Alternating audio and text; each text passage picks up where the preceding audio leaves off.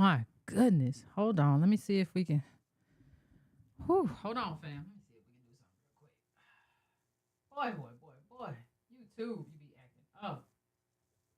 Well, it's been Patreon too. I don't know what's going on. It might be the hood. Fam. It might be just, I don't know what it is. It might be just live. Either that or they acting up. Who can tell? But listen, fam, what I wanted to say though, honestly, in terms of what we're dealing with, what is going on with this thing? Because I'm not even seeing it on my thing. Why not? I'm not seeing it on my page. Hold on a second. Let me see if I can make sure I got it. I just want to make sure I'm up. So anyway, fam, listen. I ain't gonna be on here because the technology people is acting up. the technology people is acting up, so I'm not gonna be here long. Oh my God, I think that thing was gonna ever come back up. Then it wasn't reconnected. Normally just reconnects when it comes down. When I finally get used to okay, it's going down. But listen, fam, what I'm trying to say is that y'all got to stop this king and queen stuff. It's just too much. It's just too much for everybody to bear. It's too much. It's too much going on. All of that stuff. Y'all got to stop. Right? Everybody just got to stop. Yeah, you got to stop. Okay? Can y'all hear me? Because everybody got to stop. I don't want to. Did I hit the mute button? I don't know. So what I'm trying to say is everybody got to stop. Listen, and I'm laughing, but it's not funny. I really am laughing, but it is really, really not funny. It is really not funny. I mean, I think that in the voodoo people, I don't know, they just got involved. Stuff just got involved. People just got involved. And so here we are. But listen, fam, I want to say to you, Beyoncé has a birth certificate on the passport that's American. She's American. Everybody got to stop letting people tell them that they are something they are and they ain't what they ain't and all this stuff. Everybody got to stop doing that. And she's, like I said earlier, she's not the first artist to do it. But let me just say, I want to pull up something else. I want to keep going through this real quick. This is what made me mad on the last project. This pissed me off. Thank you, fam. This pissed me off. I was so mad. If y'all go back to my other video, I was so mad at this, and I put it on Twitter a while ago because I was like, Beyoncé, America created you. ADOS America created you, and you over here with this. You done made this flag, RBG. That's how you got in trouble. Now people have an expectation that you're going to always go around and be something other than American. That's your fault. I wouldn't do that.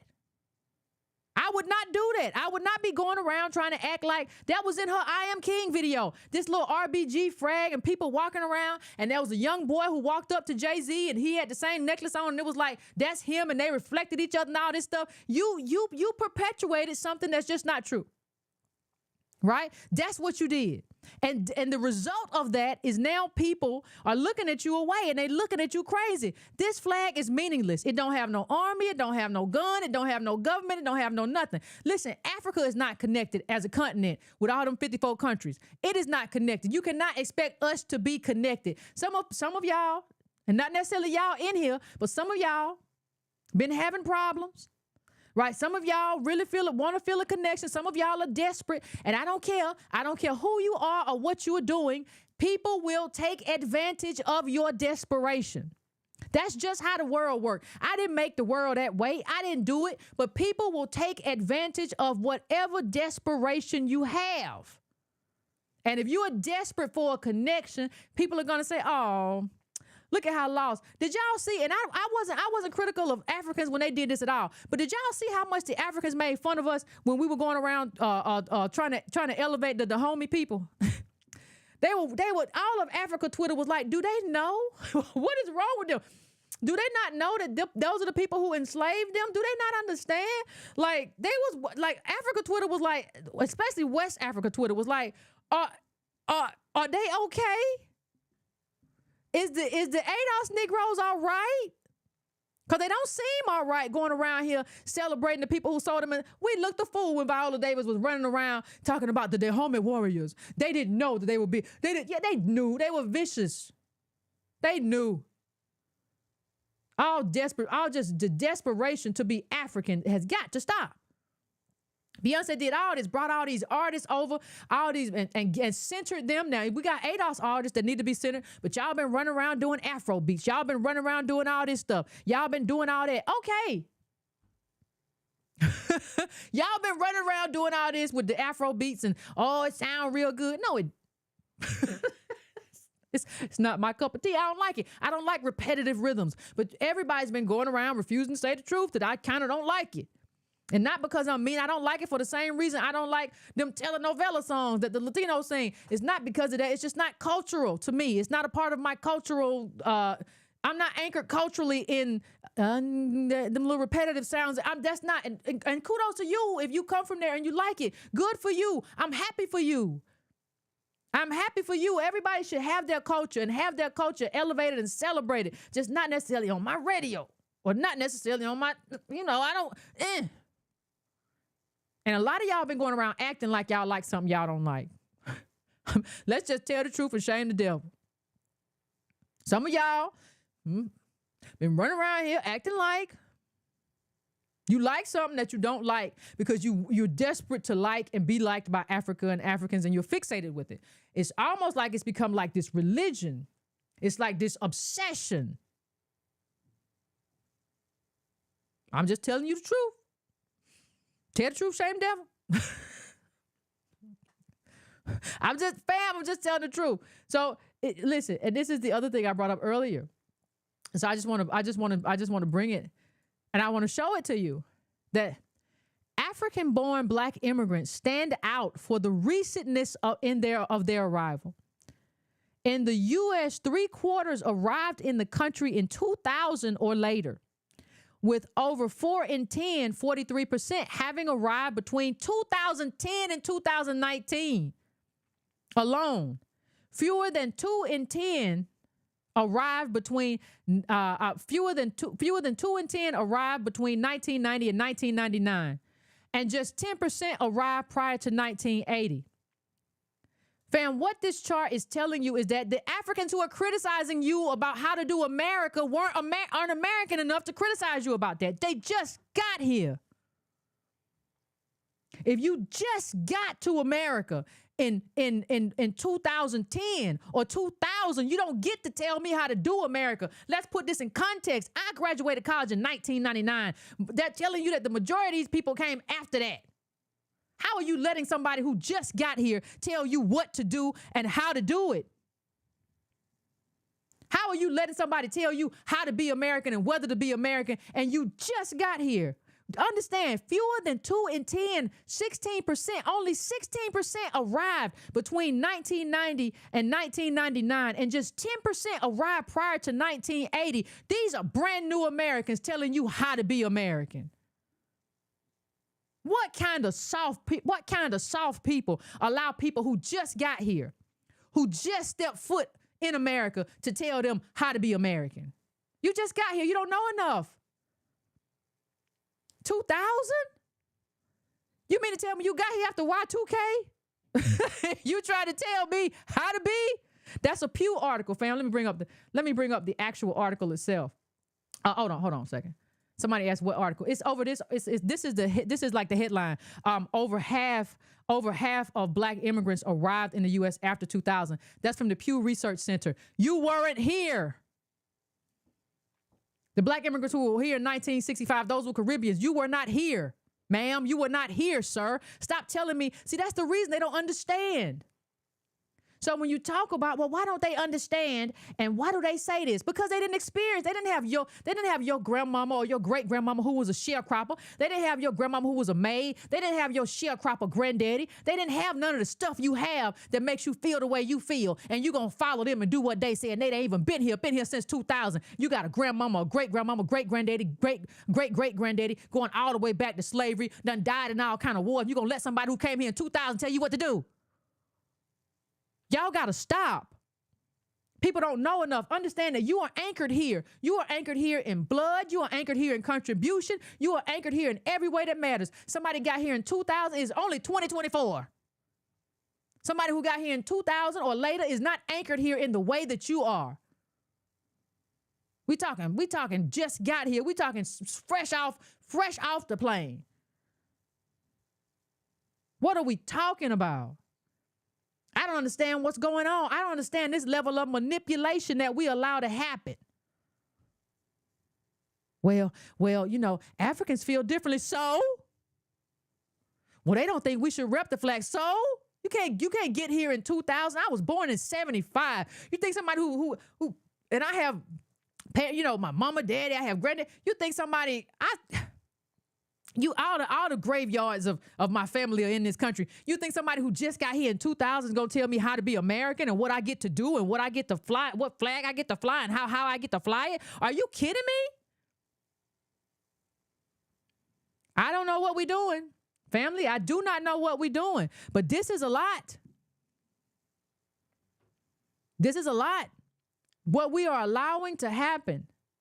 The things that we are allowing to happen. The way that we are allowing people to dictate to us. Because what we're allowing them to do is to dictate to us how we should behave. The way we should claim America. And we got ADOS people who are just, the ADOS people who you hear who are saying that they're just repping other people. You don't get to tell me what to do? Oh my God, I can't believe you're claiming the flag. This don't make no sense. This don't make no sense that you would claim the flag. Well, what? What you talking about? It don't make no sense that this don't make no sense. What you claiming that flag for? That's not your flag.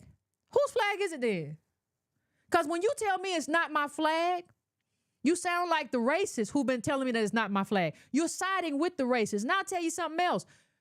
And I've said this, but people always said, go back to Africa. You know, white racists said that, well, go, if you don't like it here, if you don't like the way you're treated, go back to Africa. And eventually we said, we don't want to go. We never wanted to go. So, and we never gonna go. But in a fantastical kind of way, the most interesting part about this is that in a fantastical kind of way, we did go back to Africa. We went back to Africa in our imagination. So we like to make African TV. We like Lion King movies, and we like Lion King, Simba. Whoa, whoa. We like all of the African things. We like Wakanda. We like all of the African stuff. But so in that sense, even though we didn't go actually and travel back to Africa, we did go back to Africa because we went in our imagination. But if you aren't going to be truly American, you might as well just go. You might as well just go and do what the white folks said. But you're not going to go because you don't want to live there. You don't really want to be there. You just enjoy the fantasy.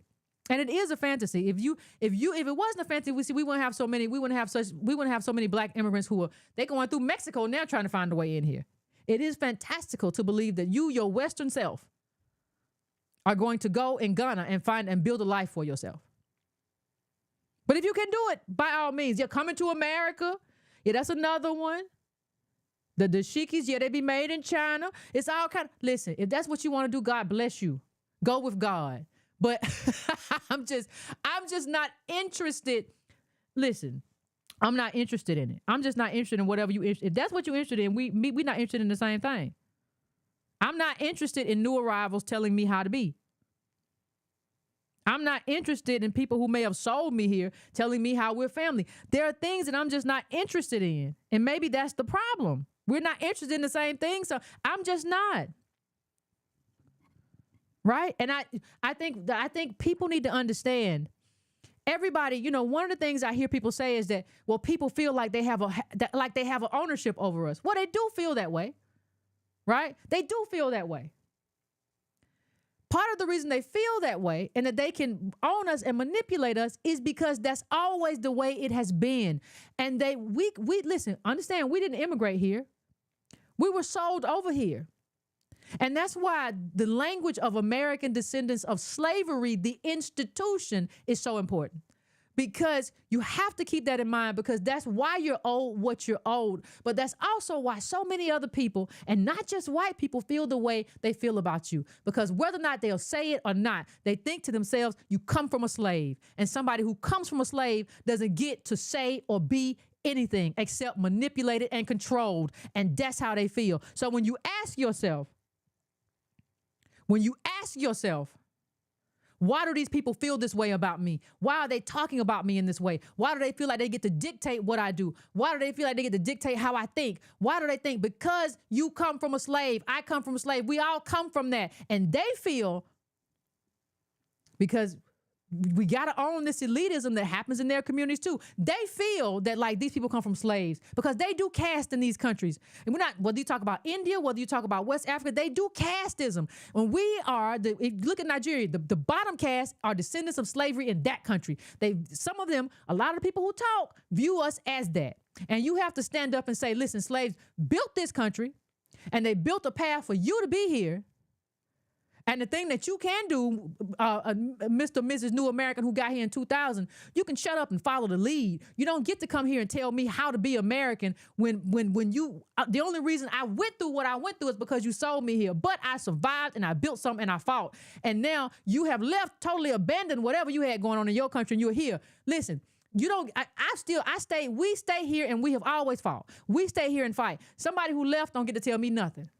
I've always said this. A runner don't get to teach a fighter nothing about fighting. You just don't. You don't. If you run marathons and you run long distance, you don't get to tell me nothing about boxing and punching and how to correct my stance. You don't get to tell me, hey, protect your chin. You don't get to tell me that. You run. You do. You tell me about running. You don't tell me about protecting my chin. You don't tell me about fighting. You can't teach me about that. And you certainly don't get to tell me what my identity should be and how I should identify. Because I'm not saying I couldn't live somewhere else, but I'm saying it would be hard. I love ADOS people. I enjoy the community. There are a lot of aspects of America that I like. I just want to be free and have wealth and have the yoke of systemic white supremacy away from me. But that doesn't mean that I see my people everywhere I look around this country. People say, "Oh my God, it's American flag." You hate the idea of the American flag because you don't see me as American. You see only white people as American. And that's why you hate to see me with that flag, because you think I don't deserve it. You think the only people who are really and truly American are white folk, and you are racist. And somebody's got to tell these other people that they're just as racist as white folk, because you don't think I own that. But everything you cannot look at a place in this country and not see a contribution of an ADOS person. I don't care whether it's in the military. I don't care whether it's in science. I don't care whether it's in entrepreneurship. I don't care whether it's in food. I don't care whether it's in music. You cannot look around this country and not see the imprint of ADOS everywhere. And these people who are telling you you can't claim it, they don't believe you should be here. They don't believe you make a contribution here, and they don't believe this is really your country. But they believe it's their country. They just got here in 2000. I don't know how you make that make sense. Fam, I do not know how you make that make sense. How do you just get here and you think that you have more of a claim to this country than me? Well, you think I come from a slave. Slaves that fought, though. Slave that rose up. Slave that got freedom. Slaves that got rights. Slaves that are now fighting to get wealth. Yeah, I come from them. I come from people who stayed in the country and fought. Tell me where you come from. Tell me where you left. So, fam, that's just where I am with it. I don't want to be here all day telling y'all, speaking to the choir, preaching to the choir, right? But I mean, it just is what it is, and it's aggravating. It is aggravating for people to keep treating us like we're children, for people to keep telling us who we are, what we get to be, how we get to be, what we get to do, what we don't get to do, how we should act, how we behave. We're not anybody's children. And that's what that whole motherland stuff has done. That whole motherland stuff has put us in the mindset that we are kids and we got to look up to Mama Africa. That's not my mama. That's not my mama. That's not my daddy. I don't look up to you.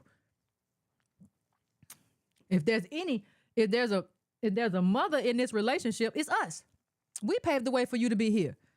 So if there is a parent-child relationship, I'm sorry to report, we the parent. It's not the other way around.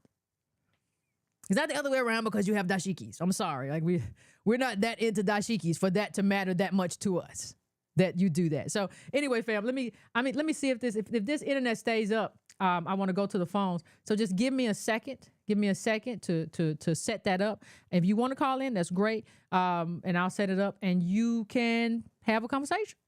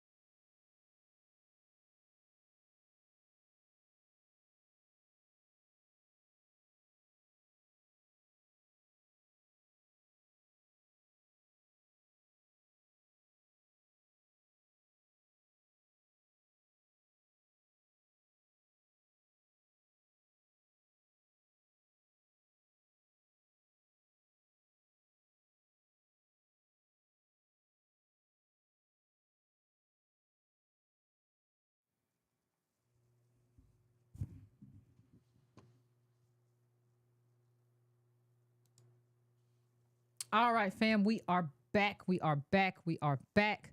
I am going now to I am going to 909. 909, what's your name? Where you calling from? What's on your mind?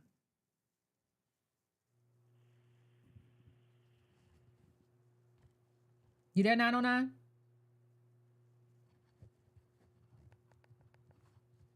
909. 909.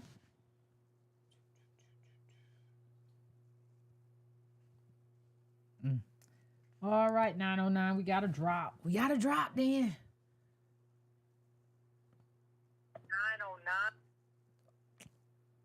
909. I hear myself. Let me go to the next caller. I'm going to 404. 404, what's your name? Where you calling from? What's on your mind? Hey, how you doing, man? Good, how you? Hello? I'm doing good. How you doing? Good, good. Love the show. Love the show. Thank you. I think you had to, I've been feeling the same way. I've been noticing it. It's, we've been conditioned. Mm. We've been conditioned since young. I think it's funny that you having this. I didn't even know you was gonna do this video today. I didn't know, but a couple things been on my mind today. It's I was just thinking, like I said, I'm from Buffalo originally, Mm-hmm. and we went to the Lutheran church. Okay. But like I remember, like our teachers was like Boguslavski, and they were Polish. Our teachers were Polish. Okay. And then if you didn't go to public school, you went to Catholic school. Huh. You know, so I mean, there's, a lot of people in the black community went to Catholic school, or, you know, for elementary school and stuff like that. And it goes. I seen that movie with the Italian lady. It just came out last week. You know how they had all of the Italian lady built all of these hospitals and homes and stuff like that. Uh-huh. But we've been conditioned since we were young to kind of be respectful and I mean, we even I catch myself even going out the way asking people where they're from, you know, just trying to be, you know, create conversation, but also, but nobody goes out the way. The same thing with the Africans doing. I think the Mexicans do it as well. They, you know, like you said, we got a rich history, and they're so prideful of theirs. But like you say, they run from wherever they come from, and then they get brand new once they get here. Mm-hmm. You know, they haven't pushed back on their own people. They don't even have. So I think that we do need to kind of build. I think they know what they're dealing with. I think they know that we disorganized. We can. I mean, we are confused. If you know, most people say, "Well, we indigenous." Like you say, we from Africa. You know, we all over the place. You know, houses are Christians. You know, Jehovah's Witnesses. You know, Nation of Islam. We are all over the place. And I feel like this as well too. I think they look at us. Even this is what I noticed. We have a lot of issues. We can't even do most people are bilingual. We can't even do the bare minimum is like get through high school. Like with our high school dropout rate, I mean we can't even do the bare minimum, and they know. And they're going out there. They're looking at the dysfunction. They're looking at the broken homes. The fathers, you know. But let me say this. Let me say this. Do y'all really be believing that stuff y'all hear about the African fathers always in the home? Do y'all know how many of these people run off on their kids? Like this idea, like it's almost like, you know, I hear that too when people come to this country and say, well, you got to get a, you know, tell ADOS, you got to get you an African man. And it's just like, do you all know what the domestic violence rate is? There was a whole thing going around recently where a Nigerian woman was saying, you know, if my husband sexually abuses my child, I may not leave my husband. I'll report him, but I may not divorce him. Like I don't think when we understand, like, we can't get the bare minimum right, we've gotten more right than everybody else. That's why they're here, because there's a path for them to be here. So, yeah, I don't buy into any of that. No. That's no. I agree with you. I'm saying, and we need to do our research on like a lot of it, like the same thing that they using with whatever they using their information on us. I mean, we need to do that. You know, I see somebody keep saying like I'm defeated. No, it's not being defeated. It's a reality of the fact. I'm not even gonna say defeated. Listen, I'm from the hood. I know so many people that got multiple children, black men. But I'm trying to say, there's not a myth. I know people who don't have education, who are not artistic, have artistic ability, who don't have skills of trade. In all of this, you can't have 5, 6 kids and then go to Subway. What does that mean? Like, hey, bro, I got you, but I got like 8 calls. I got like 8 calls. I appreciate you calling in. Thank you, bro. But I don't know. Listen, everybody get their thoughts together before they call in too, because I don't know what it means. You can't have 5, 6 kids and go to Subway. I don't know what that means. Like, fam, I'm not trying to be mean. I just don't know what that means. I don't know what that means, that you can't have people say, well, I know people don't have an education. Do you know that the majority of people in this country don't have an education? Like, I'm talking about beyond high school. Like what? Why? Never mind. Let me go to the next call. I'm going to hold on. I'm going to I got 2 415s. So 41562, 41562. I'm coming to you. What's your name? Where you calling from? What's on your mind? Turn it. I can barely hear you. 41562. Hi, this is San Francisco. How you doing? I got some. I'm getting some echo. Lord, this might go by pretty fast today. 864. What's your name? Where you calling from? And what's on your mind? Hello? Hey. Block Mark from his channel. I'm sorry? I don't know. Everybody, listen. All y'all gotta stop. Listen, everybody can't get high. Before you call in. Oh, you talking about demand? When you talking about demand, like, I don't know. Please tell me. Can somebody interpret some of this stuff?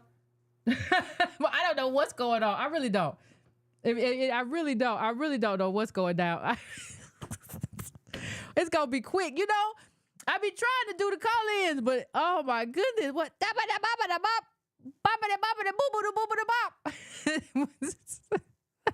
Oh, fam, I did. I be trying to get to the hang up as quick as I can, but man, oh my God.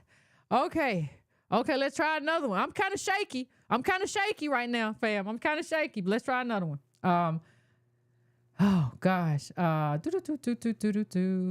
301, what's your name? Where you calling from? What's on your mind? Oh. 301? Hello? What's going on, fam? Hey, this is Omar, the PG County, Maryland, home to some of the most interesting Negroes found anywhere in the world. I mean, you always say Atlanta got y'all beat, but I don't know about that. I would say we both got some interesting ones, but go ahead, fam. Yeah. But I wanted to say, like a lot of people on the line, like yourself, I admit that I'm a recovering Pan-Africanist. Me too. I'm about several years clean, you know. But one of the best things to ever happen to me on that journey is that last summer I actually had the opportunity. My family had our first family reunion in a small fishing town called Onancock, Virginia. It's right off the coast of Virginia, mm-hmm. Down at the southern tip of the Delmarva Peninsula. That's my mother's people's ancestral homeland. My mom was born and raised in New York, as were her siblings, but her mother and all her family were from that part of the Chesapeake.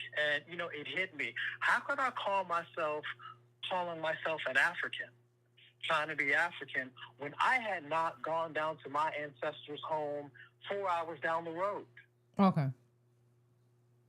What kind of sense would that make? But understand, no. I want you to pause right there. I really just want you to pause right there for 1 second. What he's saying is this: you haven't visited the grave sites of your ADOS family in this country. You don't even know if those grave sites are cared for, or if anybody put a flower on it, or if, you don't know, this is my great uncle and what he did, or this is my great aunt, this is my great great aunt, my grandmother, what they did, where their graves are. But you want to visit your ancestral land. But go on, family. And you know what? I'm so glad you said that, because what we did that Sunday is that we attended service at our ancestors' AME church. Where, come to find out, my great great grandmother used to sing in the choir and teach Sunday school. And let me tell you, all of my ancestors were buried in that church's cemetery. Some of those headstones went back to the 1600s. So, that was really eye-opening. And, hold on for 1 second. I'm sorry. I got notes.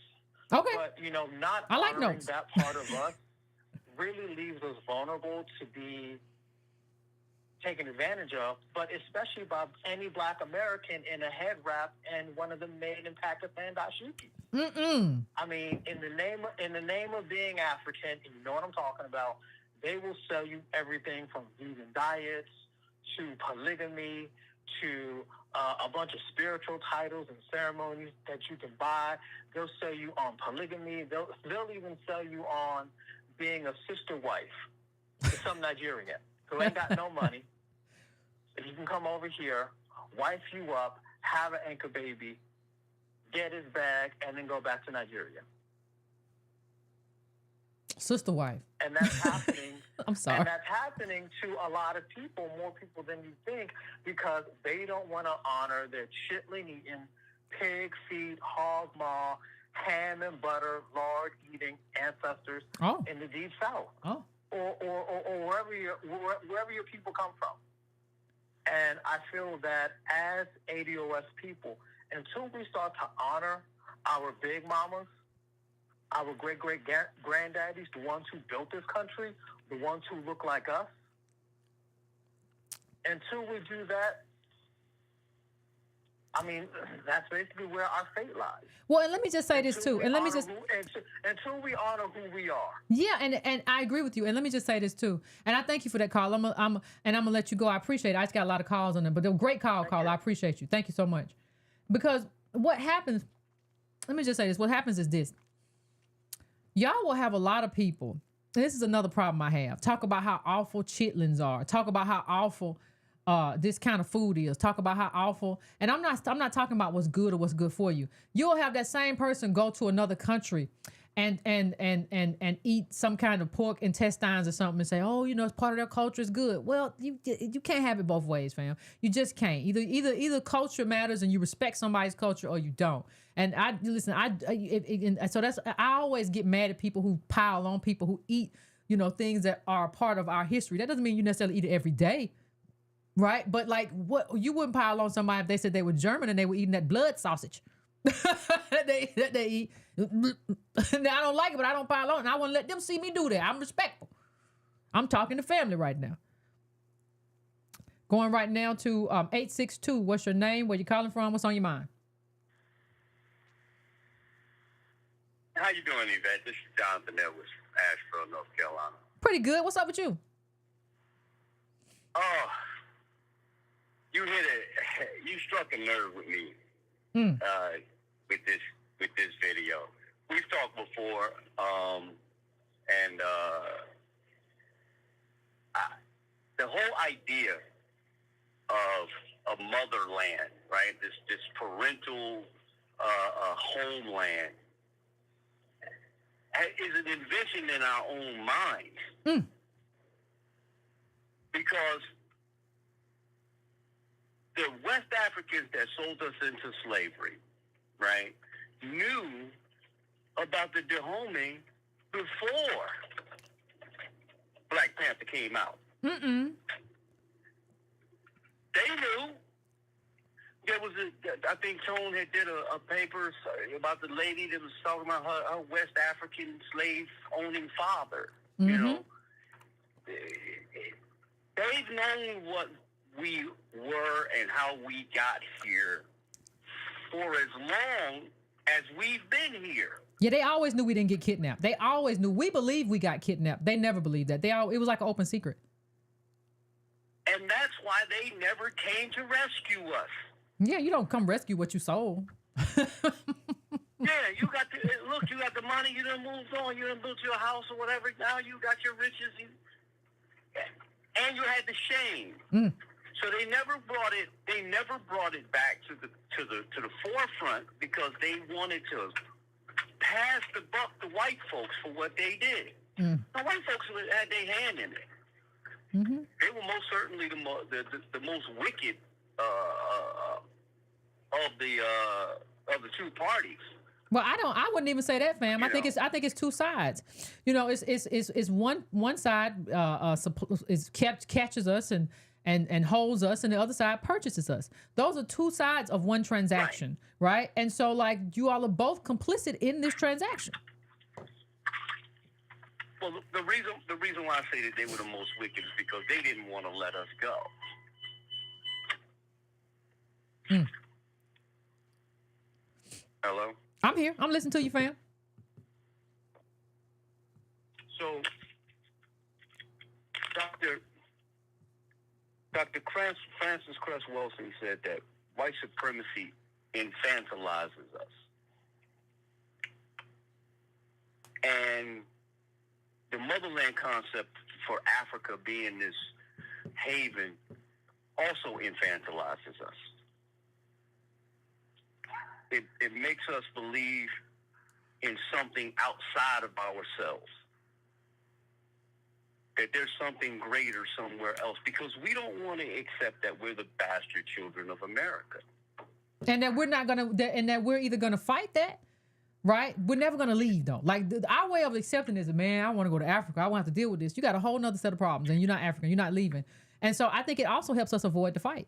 Like we don't think, okay, how do I fight my way out of this? That's what we used to think. Now it's just like I'm a man who was married to an Ethiopian woman. Mm-hmm. I was married to an Ethiopian woman for several years, mm-hmm. and they let it be known without any equivocations that I was not one of them, and I was not welcome. And it ended up being one of the things that was a catalyst in us not, remaining married. Mm. I was in the military at the time, and I had to fulfill my contract with the military. And her idea of us living the life that she wanted to live was, you could just leave and go with me to Canada, or you could leave and go with me to Europe. I'm like, you don't understand. I'm an American. Wherever I get caught, if I abscond from the military, these people are going to hunt me down, and I'm going to be sitting in Fort Leavenworth, Kansas, in prison. That's right? wild. So she always had this ability to compartmentalize. Well, if there's a whole bigger world, yeah, for you. Not for me. For you. Not for me. I got no homeland. I am at home. My grandfather was born in 1926. Not 30 minutes from where I live now. He's still alive. He's 98 years old. He went and fought in World War II, came back home to North Carolina. He didn't say, well, let me go explore Africa. No, his home was here. His grandfather was a slave. I can take you to that grave site. His grandfather's grandfather was a slave. I can take you to that grave site. So any other any other group of people, once they're in a nation for, say, 2 or 3 generations, they give up the language, they give up the cultures, and they become what they are, wherever they are. We did the Indians in America book. It usually takes like a generation or less, like for people to give it up and be like, I'm here. They become future. They become future oriented as opposed to the past once they realize they're not going back home. We have realized we're not going back. Africa is no longer home, and we're not going back there, and we still cling to it. I spent a lot of my time, most of my life in northern New Jersey, right? Huge Italian population up there, right? We all know about that through the mafia and all that. Most of those kids that I went to school with that were Italians, they don't even speak Italian. Most of them have not had authentic Italian cuisine. So they double dip. Yeah, they go, I'm Italian when it's convenient. But they traffic in whiteness. Yeah, they become white. A lot of them change their last name so they don't sound as ethnic. Yeah, a lot of people did that. A lot of people changed their last name. I'm gonna let you wrap it up, fam. I just want to get to a couple more callers. But it's a great call. You're exactly right. So in wrapping it all up, the biggest problem is we're trying to choose which horrible parent to identify with. Instead of identifying with where our blood has been spilt for the past 300-400 years. You have no blood in Africa now. Nope. And the evidence of that is none of them people will let you come there and be one of them. Yeah, they will not. You're not finna claim. You're not finna claim Igbo. You're not finna claim none of that. People over there getting their land taken, getting murdered, getting kidnapped. They don't want us. They only want what we can provide for them. Thank you, fam. We open up the doors to the biggest piggy bank in the world. They're coming in and stealing our lunch, and then they're walking away with fat bellies talking about y'all need to work harder. Yep, and thank you, fam. I appreciate it. Thank you for the call. I'm gonna try to move on, but I appreciate it. Great call, fam. Thank you so much. And I agree with it. Like that's kind of what's happening. And I don't know what is going on. Like I'm just happy that we seem to be growing out of this, right? That we seem to be growing out of this space where we allow ourselves to be talked to and treated any kind of way. So I am going to 617. What's going on?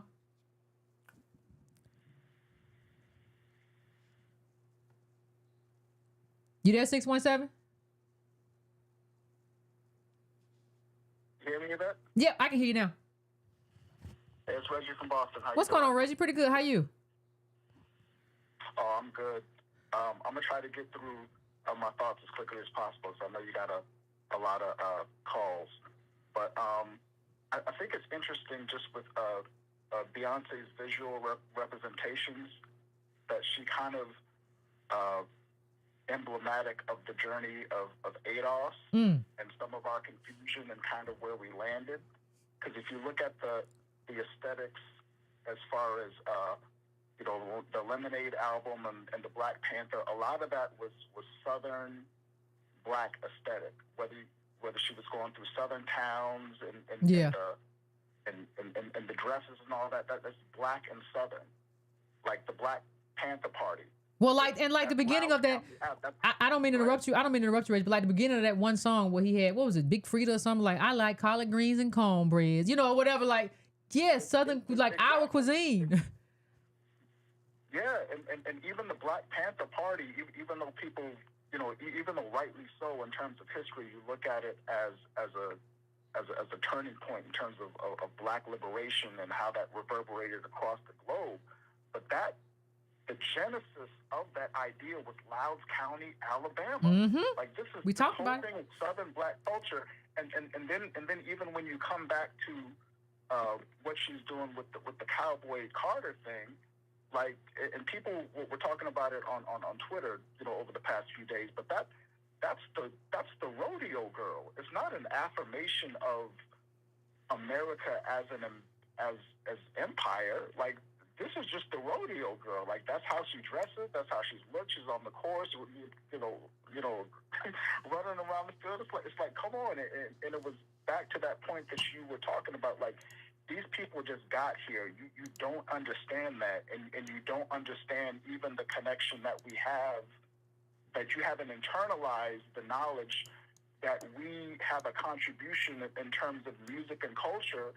So when Beyonce circles back and says, I'm the rodeo girl now, it's an You don't even know what that means. of our contribution to country music. Mm-hmm. Like, that's we did that. And I think it's so interesting, and you pointed it out earlier, that everybody is saying go back to Africa, that whenever ADOS people assert our right and our claim in this country, the white people say go back to Africa. And then you have non-white people come to America, and then when we assert our claim, they say go back to Africa. Like, that is the weirdest thing. And even when you think about, even with our so-called repatriation to Africa, it was never geographical if you look at how ADOS people behaved. Like, if you look at what Malcolm talked about, if you looked at what the Nation of Islam talked about, and even when you talk about the Republic of New Africa, and I'll tie it into the Beyoncé with Africa is King, that the idea was never that I'm leaving.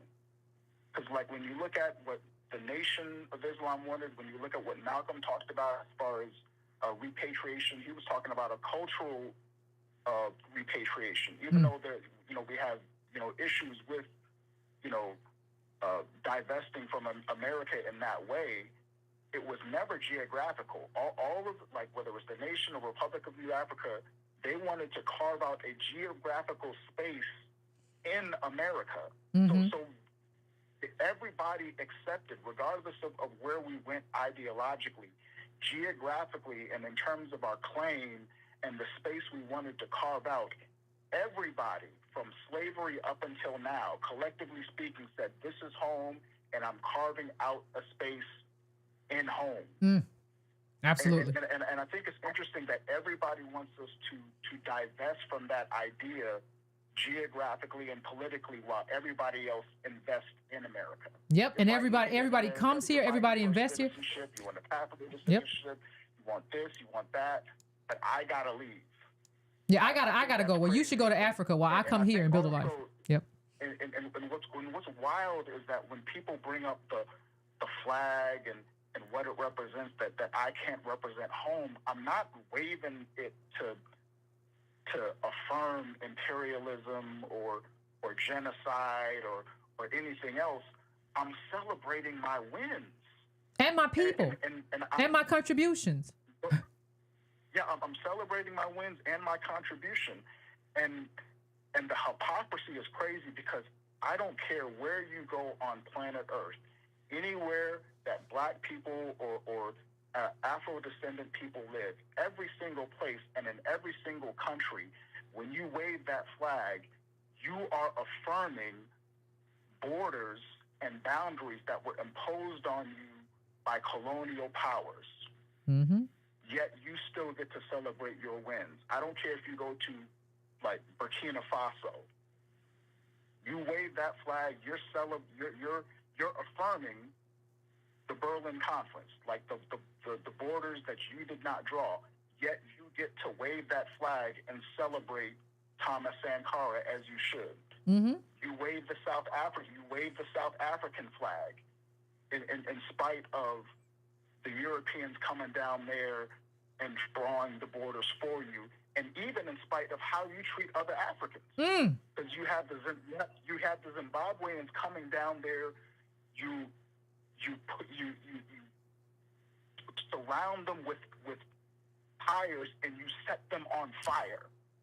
Yeah. I don't know of any other type of xenophobic violence that I've seen in the African world, to where someone comes down from one African country to another looking for a job, and you set another African on fire. But like with ADOS, with ADOS, when you come to this country, we just say, hey, wipe your feet before you come into my house and say hello. Well, and that becomes the problem. The problem. And Reggie, let me just say one thing about what you say. The problem is that we say the problem is now that we are saying my house. Like the problem is that you're saying, hey, my house. What your house? This is a white man house. You ain't here, you know. But mind you, somebody who just got here in 2000 will say that I'm American. We'll say, hey, where you from? Because I kind of hear a little accent. Where you from? I'm American. No, where you from? I'm from Miami. No, where you from? And so they can claim American. You just got here, but I've been here. My people been here for generations on generation. You're gonna tell me I'm not? Go ahead, Rich. I'm sorry. I'll let you finish up, child, because they crazy. No, you're good, Yvette. And then even when you look at Ethiopia, who today, like there is over 500,000 people who have been murdered, slaughtered through genocide. Yet people still wave that flag to celebrate the wins of Haile Selassie.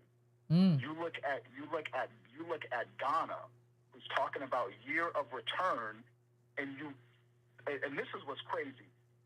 You have people like, albeit small in number, you have people that are killing African Americans that you said to come home. You say come home, and when I come home, you kill me. Yet you still wave Ghana's flag, and like as you scam the whole diaspora, saying come home and raise the prices and not even give me land. Yet you still wave that flag because you get to celebrate the wins of Kwame Nkrumah. You still get to fly that flag, and people even like to bring up like Haiti. You get to celebrate that win of Toussaint Louverture, even in the context of when you fly that flag of Haiti, because you have Haiti on one side and you have the Dominican Republic on the other. So when you fly that Haitian flag, granted you are affirming the win of kicking out the French, but you are affirming that you let the Spanish colonizer play in your face on the east. And you affirm the corrupt leaders in Haiti that were propped up by the U.S. So, but in spite of all those contradictions, you get to celebrate that win of kicking out the French. So in the context of all of this across the black world, you get to celebrate all of those wins that I can't celebrate mine in spite of what happened. Ooh. Where they do that at? Where they do that at, Reggie? Where they do that at?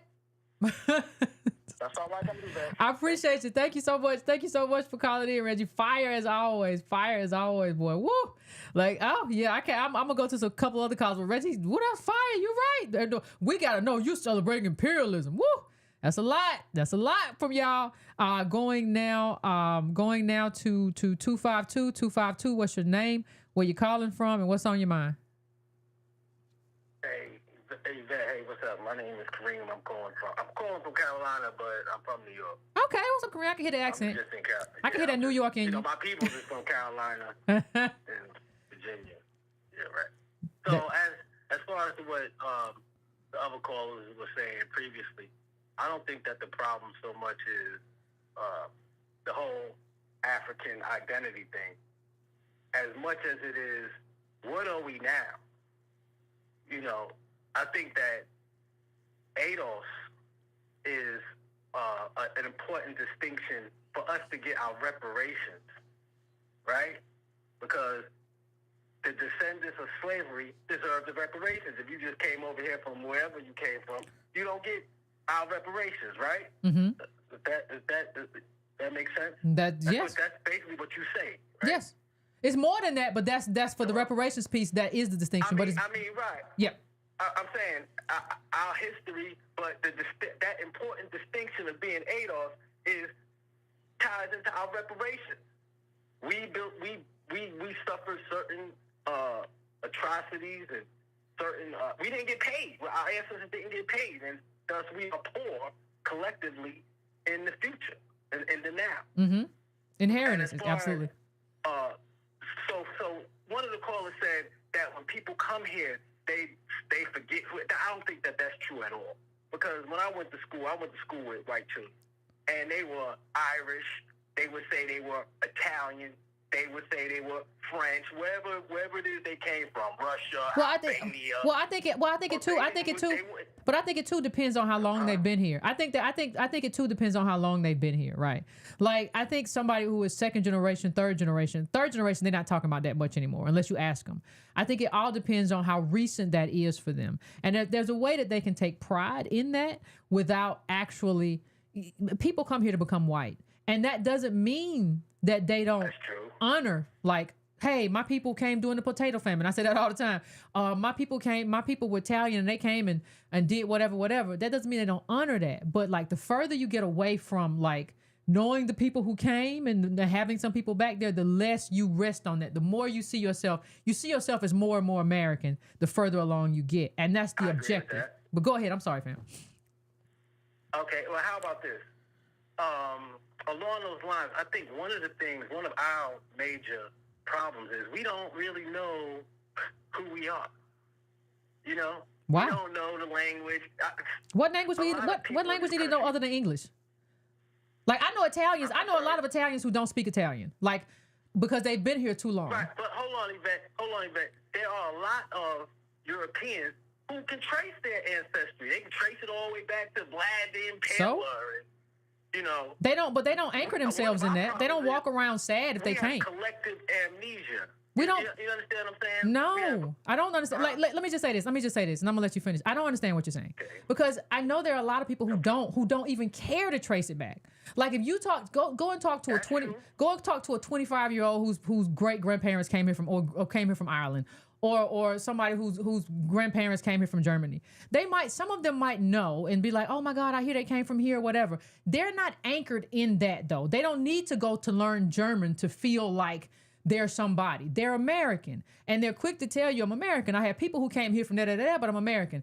They don't need to learn Italian to be American. And especially, like, we've been here 400 years. I'm talking about people that came way later than we did, have walked out of that. Nobody's going to tell you who is Italian, who's been here 4 or 5 generations, that, oh my gosh, I need to learn Italian to really connect to my stuff. I don't see that. And you don't need that. Like, this idea that there's something missing. There is no missile puzzle piece for people who've been here as long as we've been here. We've been in America since before it was a country. We built the America that exists today. There is no missing puzzle piece that will just make us whole. You are whole. That's the only thing you need to realize. I agree with that to a certain extent. I mean, I think that if you, like, let's say if you're a child and you don't know who your parents are. But we do. You know, you say, well, but hold on. Let's say you were raised by adopted parents, right? But we and weren't. They say, well, hey, we loved you and we gave you everything you need. You don't really even need to know who your parents was because we took good care of you. The child would still say, yo, I need to know who my parents are. You know what I'm saying? Yeah, but let me tell you, but let me tell you why that analogy But let me just, I'm gonna let you finish your point. But let me tell you why that analogy doesn't work. If we had just been sold over here, right?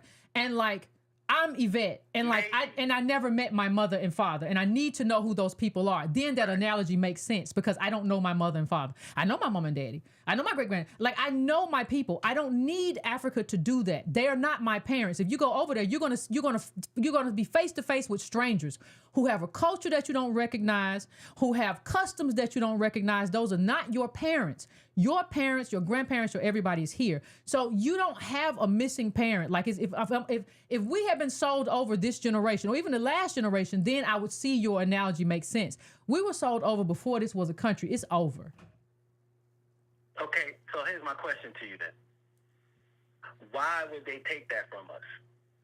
Why would they take from us the knowledge of exactly who we are and what language we spoke, what country we came from, that vast history? There's a vast history of ADOS citizens that have been wiped out. It's not even known, not to us. I mean, look, you got people who say different things. Everybody says, you know, some people say we came over from a boat from Africa. Some people say, hey, we were already here. I don't get into the feather talk. But let me just say this, and I'll let you go on this. It's not about, because I have some other calls to get to, so I'll let you go and I'll answer you off the call. But I appreciate you. what I'll say is that it's not about, and I think this is where people kind of get lost, right? It's not, they didn't rip African culture from you because it was so powerful. They ripped that from you because I need you to work right now. I don't need you to be thinking about none of this stuff. You're here now. I don't need you to be running around weeping, because if you got a slave, you need that slave. These are vicious people. They need you to work. They need you to get to work. They don't need you, they don't need you speaking in a language they don't understand so that you can plan some stuff and you speaking. No, you got to speak this language. They did some of this stuff isn't mystical. Some of this stuff white folk did because they had you here as a slave for a specific reason. That reason was to work. That reason was to do things. They didn't say, oh my God, this African culture is so powerful, I have to take it from them. No, you are here now. You will speak the language I give you. You will be obedient to me, because that's what it means to be in slavery.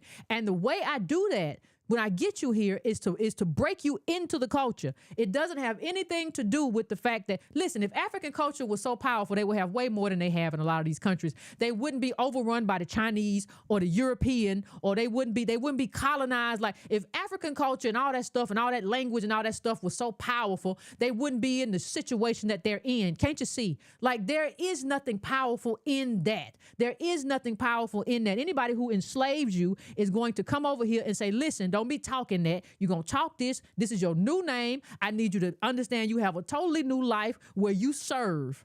That is some awful stuff, and that's some vicious stuff, but that is not anything mystical or powerful. You can go back right now and learn any kind of African language you want to learn, and it will not make you more connected to anybody. You will feel more lost than you felt before you did it, because you will realize that you don't fit in, and you never gonna fit in, and that boat has sailed. Listen, some bells cannot be unrung, and the bell that rang when slavery happened and we came over here, you cannot unring it, and ain't no language, ain't no culture, ain't no connection gonna ever change that for you. And the sooner you get that through your head, the sooner you can become American and love the people who love you in this country and love the community that you have. It's better than what a lot of people got. I'm going to my next caller, fam. I am going now to a 909. 909, what's your name? Where you calling from? What's on your mind? What's going on? This is Dr. Soul Brother. What's going on, Dr. Soul Brother? I apologize. I was the 909. I was the number you were trying to get, but I had another call come in. Okay, gotcha. And unfortunately, but I'm back now. I'm telling you, what you have been talking about is straight fire. As God is my witness, I had a conversation with a good friend of mine going back, way back when. We were just talking about this yesterday. I kid you not. And the thing is this. You know I have my own channel. Yeah, you told me. Let's make it quick, Dr. Soul Brother. Okay. I don't mean to rush you, but I got like 10 calls. I'm gonna try to get at least 3 more in. So. Okay. All right. Let me get this in. I thank God for you, because this thing that you're talking about, as far as the American thing, which I was intended to deal with anyway, but I'm really gonna deal with it now on my channel. This notion, 2 things, real quick. This notion that because you wave the American flag, or because you own your Americanness, if you will, that somehow your line of thinking is in concert with imperialism, with, let's say, the ills of American society and all those kind of things. That has got to end. And I must say this for the record. If you go back in history, the black folks who came here from Africa or from the Caribbean, initially, out the gate, did not come at you saying, well, this is not your country, this is not your flag. They didn't start doing that until they heard you, not you personally. Mm-hmm. They heard you with your reckless mouth doing that. That is when that started. This whole thing about not having a culture and all that stuff, I'm telling you, I'm old enough to remember, that was ADOS folks doing that in the so-called conscious community. That is the fact. If anybody is really honest, they have to, you have to own that. Now, that doesn't mean that you don't give pushback to those foreigners who are out of pocket. Yes, of course, by all means. But at the same time, no one understands. If you go back 30, almost 40 years ago, 30, 35 years ago, I'm here to tell you, it came out of the mouths and minds of those who were ADOS. It did. And then what you end up doing, you end up emboldening them. That's what you did. And so now this whole thing is spiraled totally out of control. So lastly, I'll say this. When it comes to the American flag, that's one of the reasons why. Well, you don't have to go back that far. I'll just say that we have Umar Johnson. We know that there are ADOS people who want to tie us to Africa in a very specific way. And they're ADOS. So, I think they're lost and confused too, but I'll let you finish up here. Well, Umar, it's a throwback to the 1990s, Mm-hmm. and quite frankly, he's out of style. Greg Carr is out of style. That's his line of thinking. Okay, so but the thing is, what I was going to say was that if you notice, that is why there's not this excitement when it comes to black athletes who represent the United States, particularly in the track and field. The contradictory thing is this. Some of those same people who are for the Africans or the Caribbeans winning, let's say in track and field, if Serena Williams or some other black person representing America is on the world stage, they're rooting for them. I'm like, wait a minute. Well, aren't they doing what they're doing against the backdrop of the American flag? Oh, I forget. As long as they're not competing against an African or Caribbean, it's all good. Do you see how schizophrenic that is? That's straight up schizophrenia. So if you're going to be anti-American, then why not go all the way? But you're only anti-American on the world stage in terms of athletics, as if you are rooting for the African or the Caribbean. I know you have other callers. So I'm gonna get off the line here, but I appreciate you. No, thank you. With this topic, this is timely. It Had to, fam. Thank you so much. I appreciate you. Yeah, we had to talk about this. 313, what's your name? Where you calling from? What's on your mind? Hey, this is Marcus. Hey, Marcus. I'm calling from my house. Okay. Hey, check this out. I agree. That last caller, that's a very smart man. Okay. I agree with everything he said, and I was about to repeat the same thing he brought up. I want to add to that. These dummies out here, they speak ill will of their nation in front of these foreign folks. And these foreign folks hear what they're saying, like, okay, well, yeah, that's how you feel, but I'm going to come in and take your spot. And that's what they're trying to do. And they spit venom against us. Case in point, I heard Angela Rye say something silly not too long ago in her broadcast. She said she won't stand for the U.S. anthem. She'll stand for the African Black National Anthem. I mean, silly stuff like that only empowers these black folks from the Caribbean and Africa to come in and overtake us. They hear what they don't want to be here. They don't believe this country. Let me take their place. And that's what they're going to push that, and they're going to, that's what they're going to do. They're going to try to take our place. Next thing you know, some of us be left out in the cold. They don't understand a good chunk of the world has a caste system. Mm-hmm. They have a caste system in Africa with their tribes. They have a caste system in South America with black folks down there at the bottom of the barrel. So they all these folks coming in, and they see we are like dude was saying, we schizophrenic. We don't know what we want to be. And since we don't know if we're going to be Americans or Africans or Martians, they would just come in and overtake us and put us in our bottom caste. That's all I got to add. Appreciate you. Thank you so much for calling in, fam. I appreciate you calling in. Yeah, we do have to end this confusion. And it shouldn't even be a confusion. We're American. I don't even know what we're talking about. Like, I wish I could just send people over there, or I wish I could send trips every year for people to go to the motherland. And I want y'all to try to reconnect. And I want them to burn these little things and pour libations. I want you to tell me how much better you feel when you come back. You won't. It will be. I'm sure. I'm not saying they will have wonderful culture and they have cultural things. I'm not saying they don't. I'm just saying that it'll be the same as touring any other foreign country where you see somebody's culture. Oh, that's nice. I like this food. I don't like the food, but I really like the stew. Right? So it'll be just like any other culture where you go and you'll experience things, but you won't feel connected to it. Stop forcing a connection. It's been too long, child. You don't know nobody there, honey. We've been here longer than anybody. Ain't no way. Y'all got to stop. Right now, going to 484. What's your name? Where you calling from? What's on your mind? Hey, Yvette. Hey. I wanted to piggyback on what you said about us and those times. Also, when you think about slavery and American slavery, you can't really think about it without thinking about pedophilia.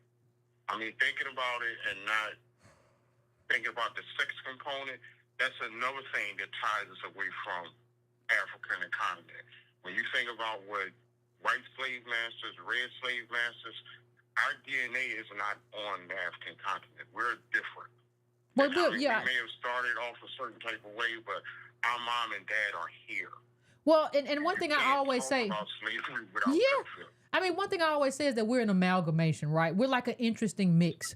Like most of us, even the ones of us who are ADOS and who are darker skinned, like you, it's rare to find an ADOS who doesn't have any European blood just because of what America is and what America was. And I'm not just talking about slavery. I'm also talking about the amount of white ethnic immigrants who came in and were initially poor and what happened there. So it's very rare to find an ADOS person who is, I'm 100%, I just only got African. That's just not what it is. We are an amalgamation. So I agree with you there.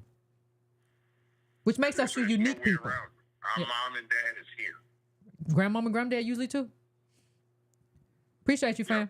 Thank you. No, thank you. You have a good one. Yeah, and I really don't think we understand. Hey, fam, I don't do anonymous calls. Like I said, I need to see the number. I might have to call and cuss you out. So I need to. I always need to see the number. I do not do anonymous calls.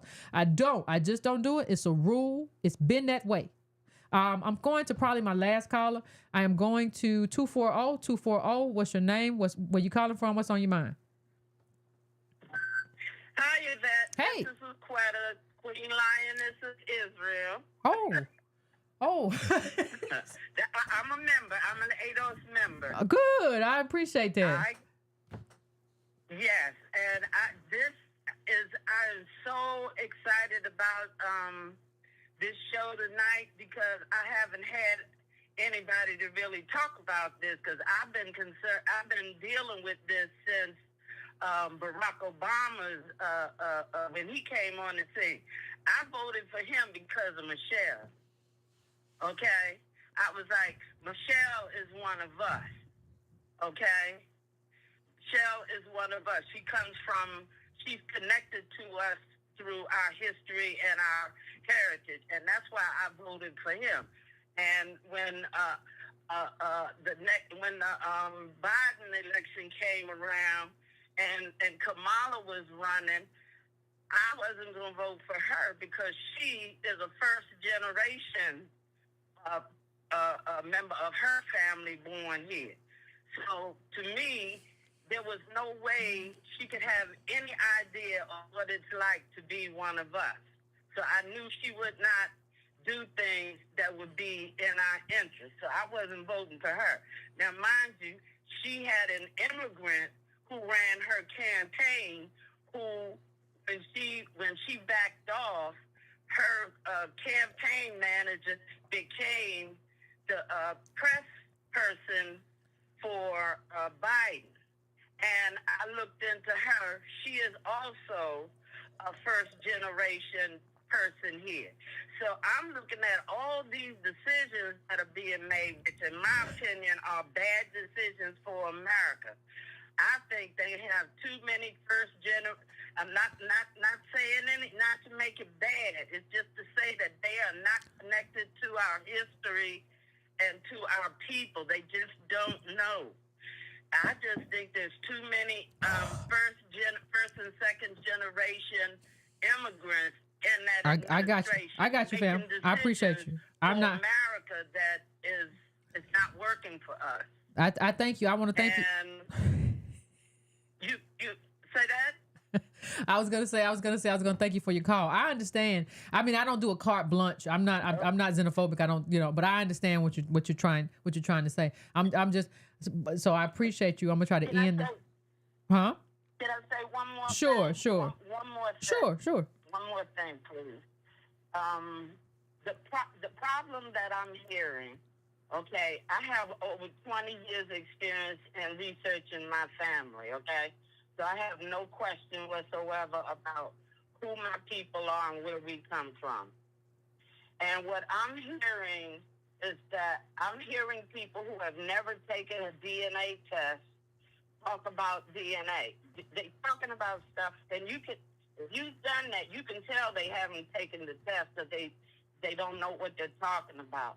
And you can tell the difference between people Okay. who have done their family history research and those who have not. Yeah, I understand. And the ones who have not seem to be making the loudest noise. All right. They need to do their family history. Got- And then once you do, because when I was young, I was back in the 70s, I was with the Back Power and Back to Africa and all that stuff, too. Because I had no idea who the heck I was. But now I know, and I'm not African. Even though my DNA and in my blood, I have not only African blood for various African countries, but I got European blood up in there, too. I'm mixed with a whole bunch of folks. And I'm an American. I understand. I appreciate you. I agree with you. I agree they need to do your research. I appreciate you calling in this late night, all right? All right. Now, you had a good one, but I agree with you. They need to do their research. They do need to do their research. People need to do their research and get invested in where they come from. Let me just do one more call. 415. What's your name, where you calling from, and what's going on? Hi, this is Denise in San Francisco. Hey, Denise. Hi. I don't get too upset with whatever Beyoncé's doing because she's a celebrity, and celebrities tend to be unstable. A lot of times they got to stay relevant by jumping out with spectacularism. Next week, Beyoncé may be telling us she's part Native American. She jump out in a Native outfit, okay? With feathers. Yeah, you might have a celebrity like that. I don't pay them too much attention. I A lot agree. of them answer to a white employer also, so that makes them unstable as well. Understood. If you have any doubts, just look at those people that be on CNN and Fox and all partnership with people who are insincere. A lot of those people, they come from cutthroat cultures, and they get here and get jealous of the descendants of the slaves. So naturally, they're going to come off with these cutthroat, hostile, I don't know what type attitudes. I agree. I'm not surprised people are coming up dead, going back to find themselves in Africa because they're going back to some people who are not very sincere. They have a cutthroat mentality, and once you get there and they see that you have more on the ball than them, then they get upset. And like I said, you could get robbed, raped, killed, etc.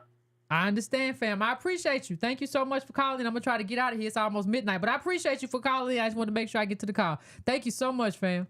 Thank you so much. I appreciate you. Thank you. Bye-bye. I appreciate you. We bike, but look, it's time to go. We bike, but it's time to go. At least it came right back that time. The last time it just decided it didn't want to come back. It had to end the whole thing. I never mind taking calls on Patreon at all. So I never mind taking calls on Patreon at all. But this is like Patreon, we don't usually do it as much like that. Since it's a much smaller crowd, we just usually do it like people usually do the chat. But I don't mind. YouTube's always an interesting place. It's always an interesting place. I love the people. I love the people. Even our most interesting and colorful people. I love y'all. This is also about entertainment, and we have fun. So I try. I love y'all though. I do. So anyway, fam, but we're about at the end. It's midnight. I thought this show would go a little bit long, and it did. But it's all good. I'm happy. Even though the calls were interesting, we had some good ones, we had some interesting ones, but I'm still happy that I restarted the show and then we did it and got the calls because interesting. I always like the calls. I always enjoy the calls. So if I have a chance, I do want to do the calls, and it allows you to engage and debate and do all that kind of stuff. So I appreciate it, fam. Anyway, fam. Y'all, it's been real. Please keep it easy breezy.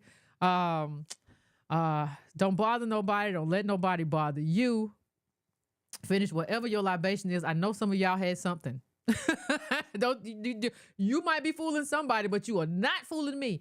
And I will see you all. If you're on Patreon, I'll probably see you tomorrow. If not, I will see you all next week. Good night, good evening, and y'all be safe.